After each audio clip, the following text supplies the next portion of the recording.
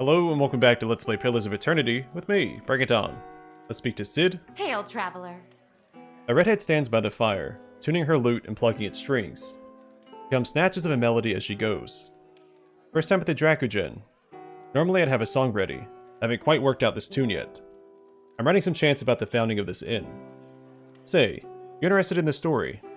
I haven't finished the chants, but I could tell you about it all the same. Sure, let's have it. Gina rolls her golden eyes and exhales for an excessively long time through her nose.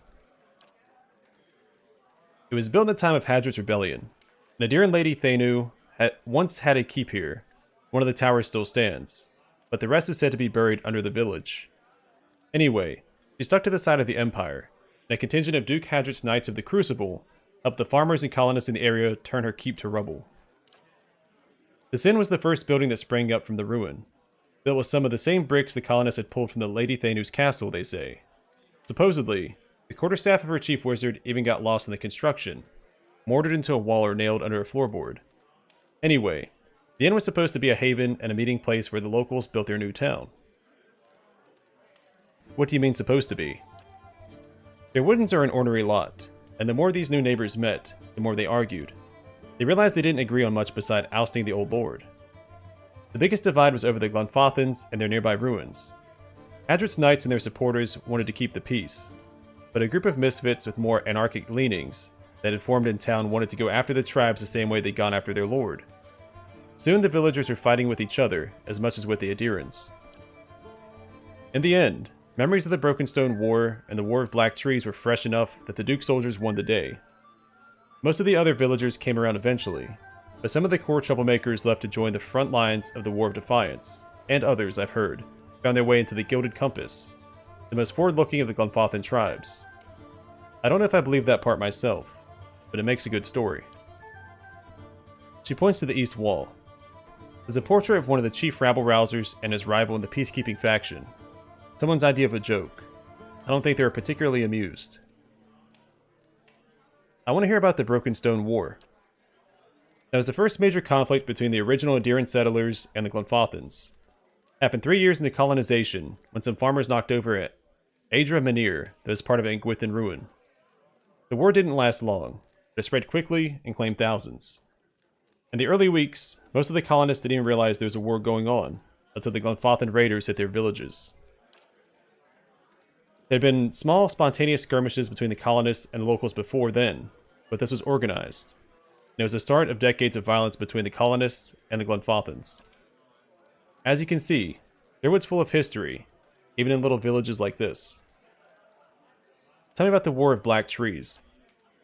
It started back in the colonial days, almost 30 years after the Brokenstone War. Even though isolated conflicts still broke out between the settlers and the Glunfothans, both sides had officially agreed to peace. Edring Hadrit, Admeth's father, was Grief at the time. As part of peace negotiations, he signed treaties prohibiting Adiran colonists from looting Angwithan ruins. However, he'd been unable to outlaw the use of captured Glunfothans as slaves. What is a Grief? A Grief is the governor of a colony and is subservient to the Adiran emperor. The early leaders of the Adira colony in the Deerwood, including Edring and Admeth Hadrit, were Griefs. At the start of the War of Defiance, Admeth Hadrit declared himself Duke of an independent Deerwood rather than Grief of the Emperor's colony. It was the same term used for leaders of the newly independent Vailian republics. Anyway, we haven't had a Grief since. I see. Indeed. The taking of Glunfothan slaves had continued to be a source of conflict. It came to a head when Imperial agents, aided by certain earls in the Deerwood, began looting the ruins again. See, the Empire had never actually agreed to Hadrit's treaties on the matter, and the recent secession of the Vailian republics likely left them eager to weaken Hadrit's position. The looting sparked a brutal slave uprising and a guerrilla campaign among the Glunfothans. Edring Hadrit was too old to lead forces into battle, and so he sent his son, Admeth.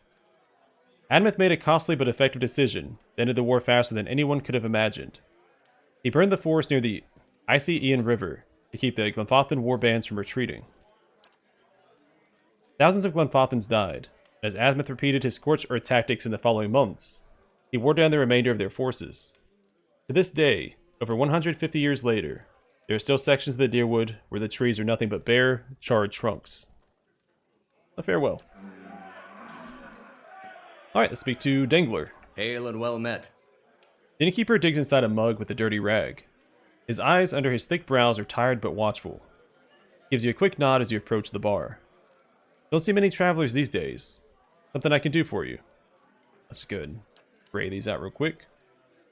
I got a few around here looking for work. Tell me what you're looking for, and I'll hunt them down. Hello! Now let's see what rooms you have.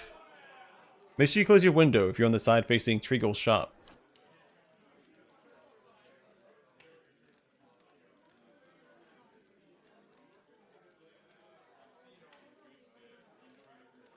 Well, these are convenient. So the reduction against burn is probably useful for collecting that egg. And this is just useful in general. You find a lot of beasts. Hail and well met. I want to order food and drinks.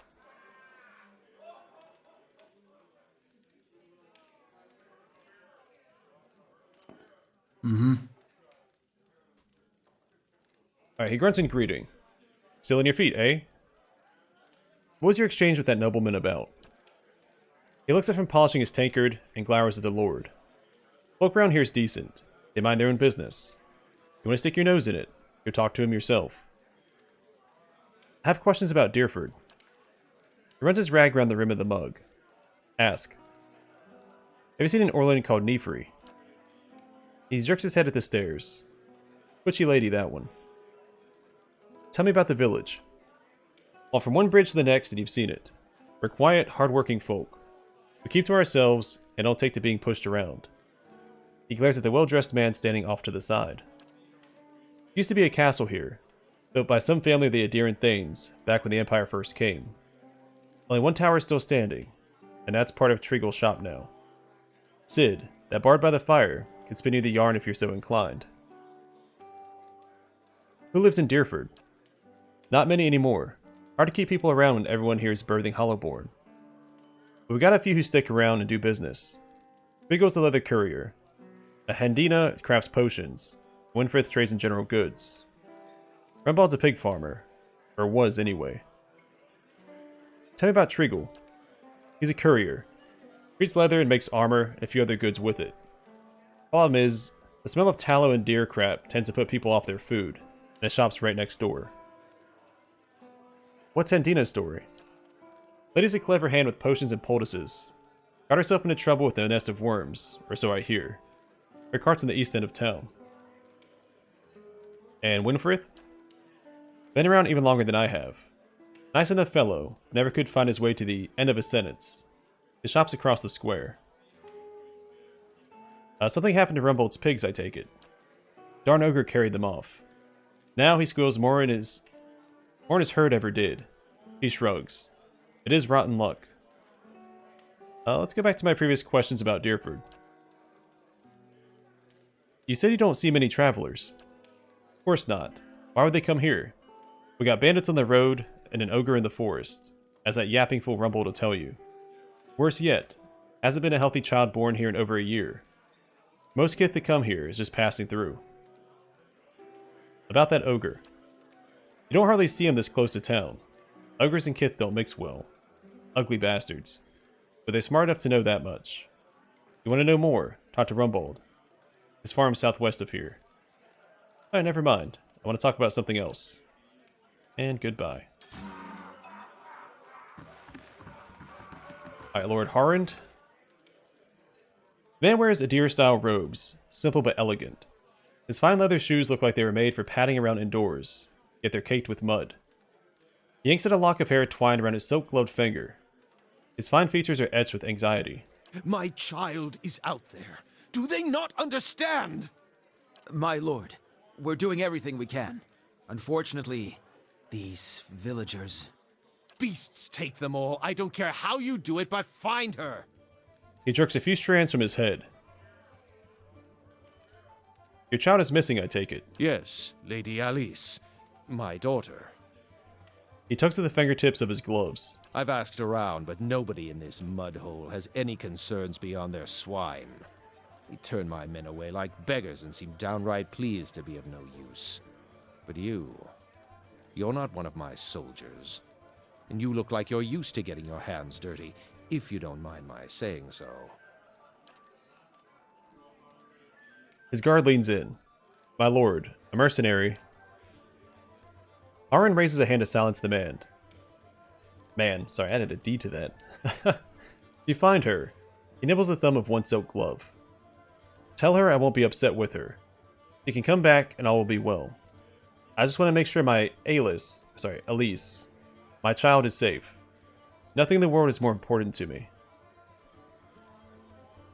I heard you arguing with the innkeeper. A petty, small-minded man, just like the rest of them around here. I've been paying him an honest fee for board and bed, and yet he can't be bothered to stir himself to concern for my Elise. This is why I'm hoping you can help. He tugs at a lock of hair again. I should have never trusted these people around my child. Tell me about yourself. I'm Lord Nestor Harrand of Defiance Bay. My family has been prominent there since Imperial times. Our primary estate is on the outskirts of Brackenbury, but we have holdings in New Haomar as well. Those went to my sister and her husband. I'd like to ask a few questions about your daughter. Elise. Of course. He blinks at you and licks his lips. Describe Lady Elise. She's a striking young woman. Bears more resemblance to her mother than to me. She has auburn hair and delicate, well-bred features. She must be, 28 or 29 now. Okay. Tell me about her disappearance. We stopped in Deerford for a few days. On our 4th evening here, I was making plans to continue our journey. Lady Elise was feeling unwell and went to bed. When I retired a couple hours later, I found that she had vanished. None of my men had seen her go, and no one at the inn knew where she was. Since then, my people have been combing the village. We've yet to find a clue, and the locals have been no help. Why did you and Elise come to Deerford? It was merely a stop along the way to Ina's Rest. However, she took ill shortly before our arrival, so it seemed prudent to allow her a few days to recover. What's in Ina's Rest? He frowns as if about to protest, but he gives in with a sigh. Lady Elise has reached an age where it is prudent for her to marry. Given this legacy business, I can't let her fertile years slip by, nor do I want her womb to fester in the presence of so many Hollowborn.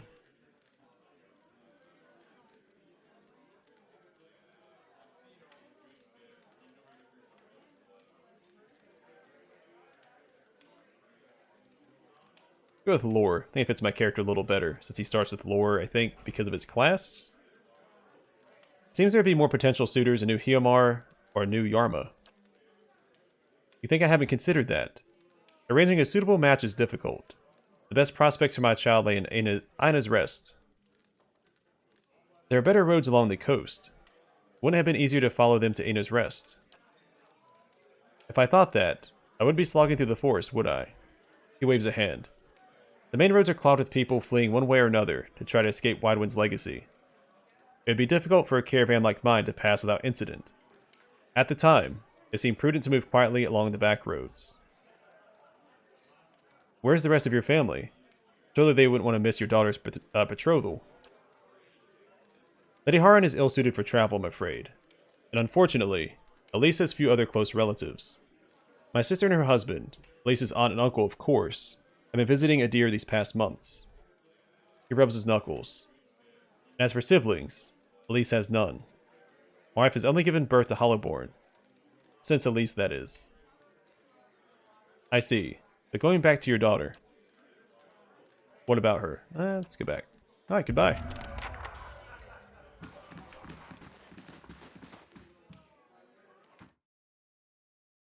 Head upstairs, see if we can't warn Nefri about the folks outside looking for her.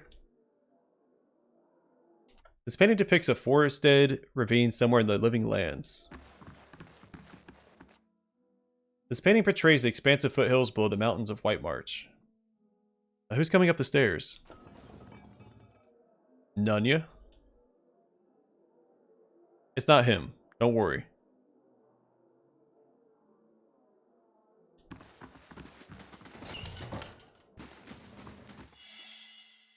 You might find this interesting.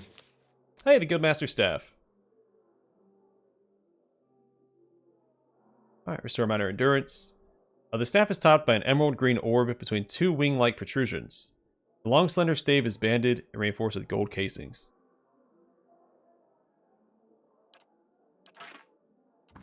Huh? The glass of this window is broken. Warped knotted planks have been nailed over it.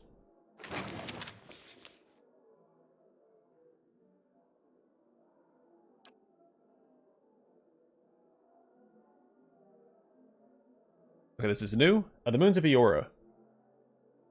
Look up into the night sky, and you'll see the moon Belapha. Ubiquitous and persistent. It remains forever in view, but also forever out of reach. What many people do not know, however, is that our world is actually orbited by two moons, Belapha and Cauda. Belapha. Hanging low and large in the sky, Belapha travels swiftly in her race around the world, completing an orbit in about 18 days. This proximity and speed can cause extreme tide conditions in some areas, making the seas shift so quickly and rise so high that there are some beautiful coastal areas that are virtually uninhabitable for a good portion of the year. Before we learned the truth behind the cause of the tides, legend held that Andra, the goddess of the sea, was in love with the moon when she saw in the sky the tides, great waves, and violent storms that happened were her attempts to reach it. This is why the moon is formally called Sen Belapha, or Andran Belapha, the beloved, or Andra's beloved. Halda. 315 years ago, the Grand Empire of Valia suffered from terrible storms and terrifyingly high and low tides.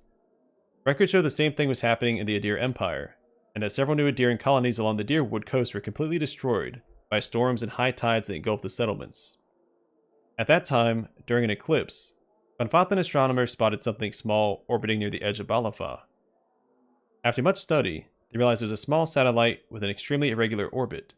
They called it Cauda Deb, or the Black Runner. Since it is smaller than Belapha, it doesn't have much effect on the world. But when it aligns with Belapha's orbit, it wreaks havoc on the tides and weather everywhere. This happens with erratic frequency and severity and have been dubbed Lover's Tides. Cauda has been rolled into the Andra myth, and when they are both in sight, her desire to reach them is increased tenfold, which is what causes the terrible weather. So we've heard about the Lover's Tide before, and we knew it was some sort of disaster, but now we actually know what causes it. Margaret's fire casts light in dark places. I'll see what I can find. I'll have it in no time. The work of a moment. I'll see what I can do. The work of a moment. Nice and slow.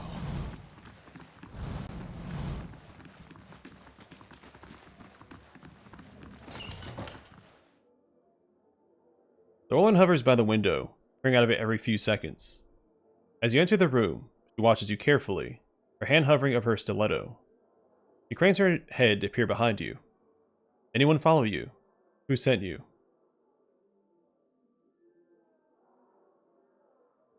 Someone told me you're responsible for heinous killings in Defiance Bay. Let me guess. Was that someone named Medrith? She draws her stiletto. You're a big shot with the Crucible Knights. If I'd gone on some kind of rampage, don't you think you'd have heard about it? She shakes her head. I got on the wrong side of his employers. Now he's after me. But if you're here to do his dirty work, I won't make it easy on you. Relax. I just want to hear your side of the story. What story? The Dominels came after me. I just happened to rob the wrong place. How was I supposed to know they'd already claimed it? She runs her hands under her hood and through her hair. It was an honest mistake. I'm just trying to survive now. If you spoke with Medrith, you know where he's waiting. Please, help me get out of here.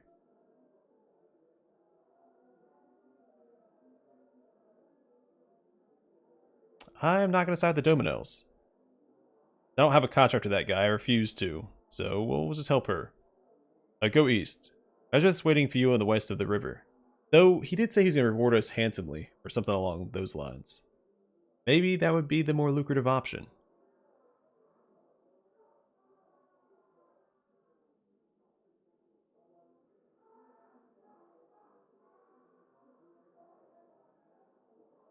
I don't know. You know what? We'll do this one good deed.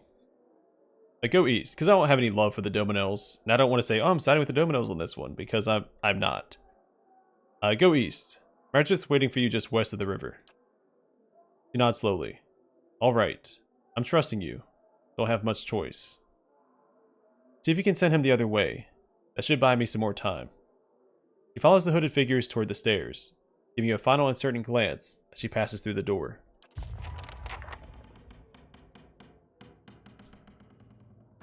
I think if that line had been a little different, where I attacked her, I don't have an allegiance with the Dominoes. I may have attacked her there instead, but I didn't like that line. And that was enough of a deterrent.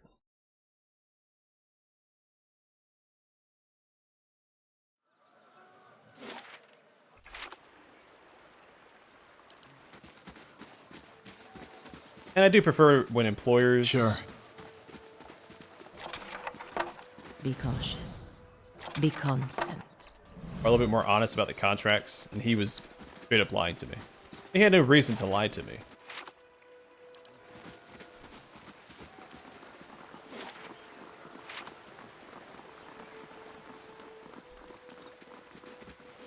Right. Hey, Huh? What? how may I help? Ah, Huh? Hello. He picks at a long blade of grass. No need for yet. I'm ready to get out of here.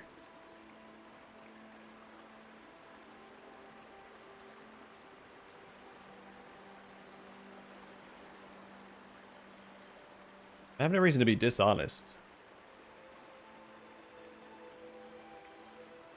I mean, honesty is the best policy, right? Yes. And I let her go. Measure draws his blade. Don't worry, I'll catch up to her. Right after I take care of you. It really has no reason to attack me, but whatever.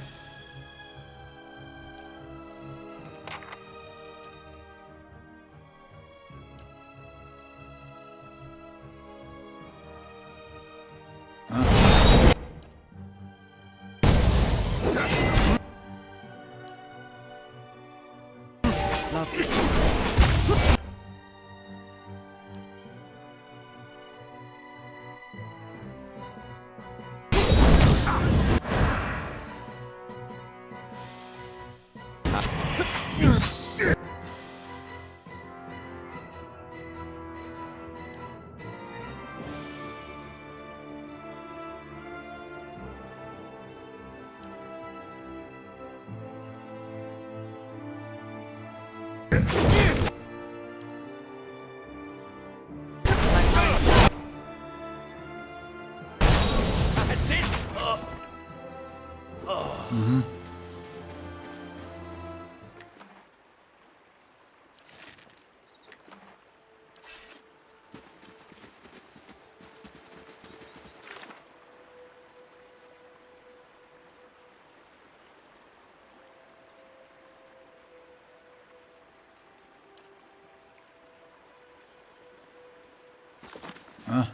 Alright, nothing to it.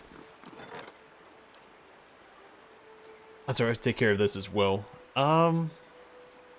Yeah, we just won't rest. We'll head back there when we're done exploring this place. We have that door over here to deal with. We also need to look for this guy's daughter. So previously there was the cook we couldn't speak to, and then there was the guy in Triegel's shop we couldn't speak to.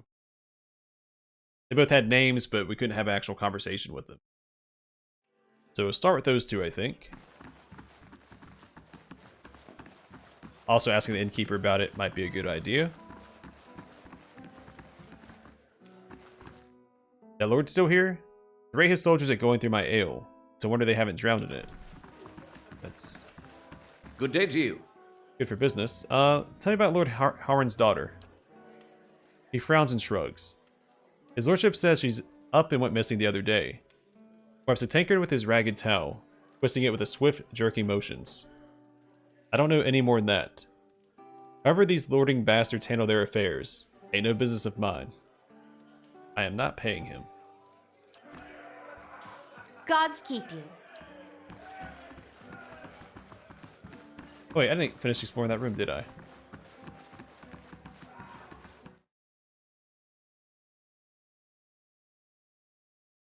Deerford and her companions may have left something for us to steal. Or acquire? Keeping quiet.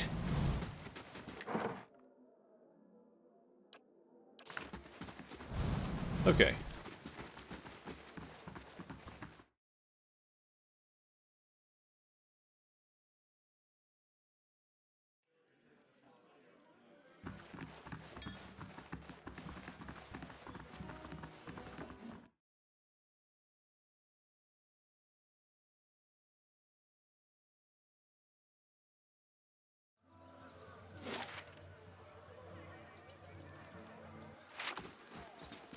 We'll start here, since that one guy, I don't remember his name. I wonder if she's beyond that door. I wonder if this quest is tied to the key.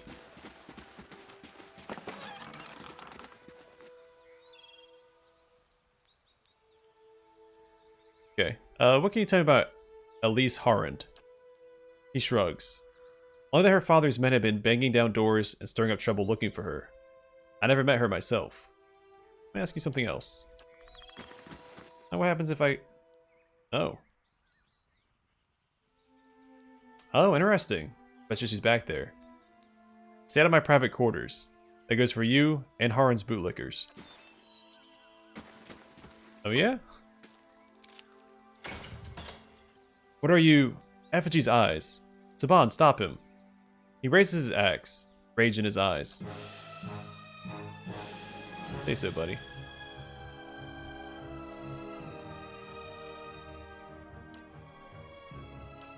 Hey.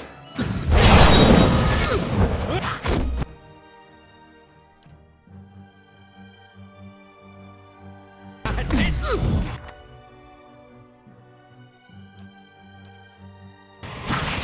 That's it!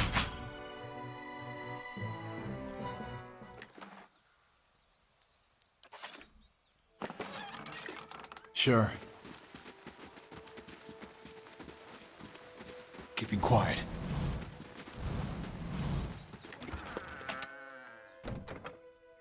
Final Journal of Jonas. My son.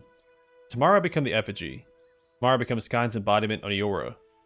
Tomorrow my master chokes on his own whip.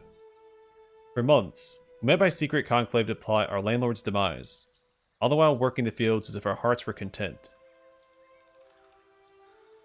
We've read this, haven't we?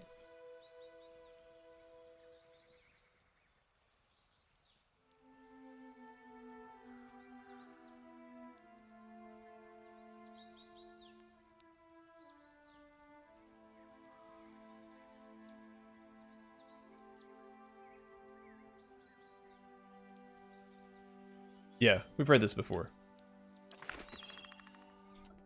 The thick hide, stretched thin upon the rack, will say it came from a Stelgar. Curing and waterproofing agents slathered over it give off a heavy odor. Yeah, tanneries smell very, very bad. And what does the flame I reveal? don't know if I've ever actually smelled one myself. But I have heard that they smell very bad.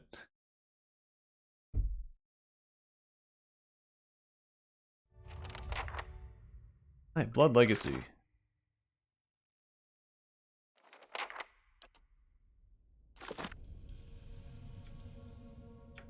Alright. Keeping an eye out.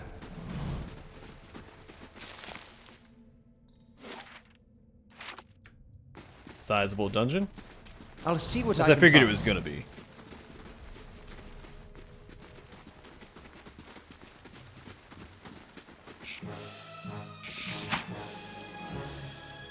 Hey. That's it!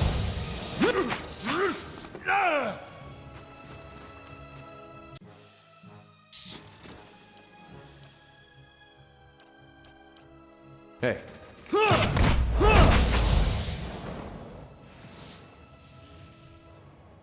Sure. The stain and rumpled bedroll appears to have been used recently. A crude symbol has been painted on this canvas and streaks of something that looks like blood. Slowly now.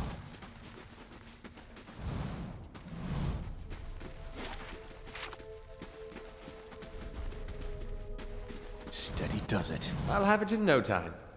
The work of a moment. We have camping supplies if we need it.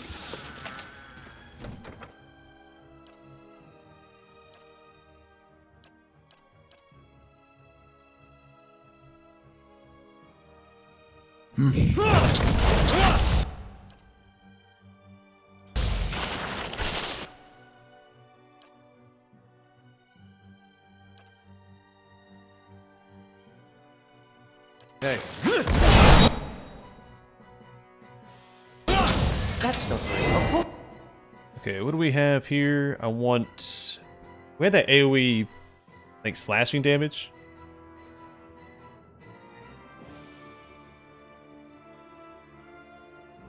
Here we go.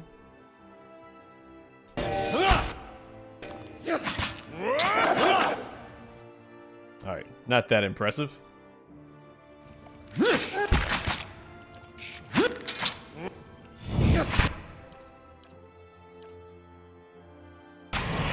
My mom.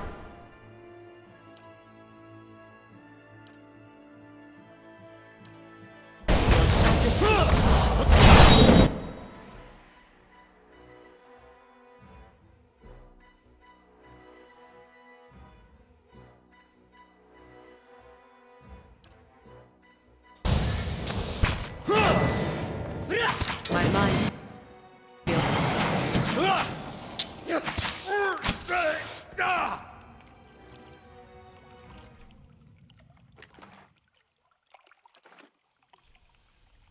Right. Alright, good stuff so far.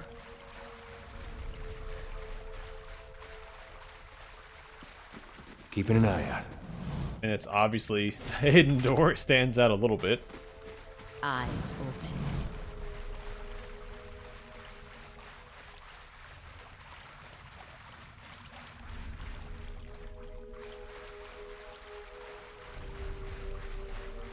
Be cautious. Be constant. Alright, I'm going to call the episode here. In the next one, we will proceed deeper into Deerford ruins and see what lies in wait. So we can't find Elise and put a stop to whatever is going on down here. So for now, thanks for watching. I hope to see you guys in the next one.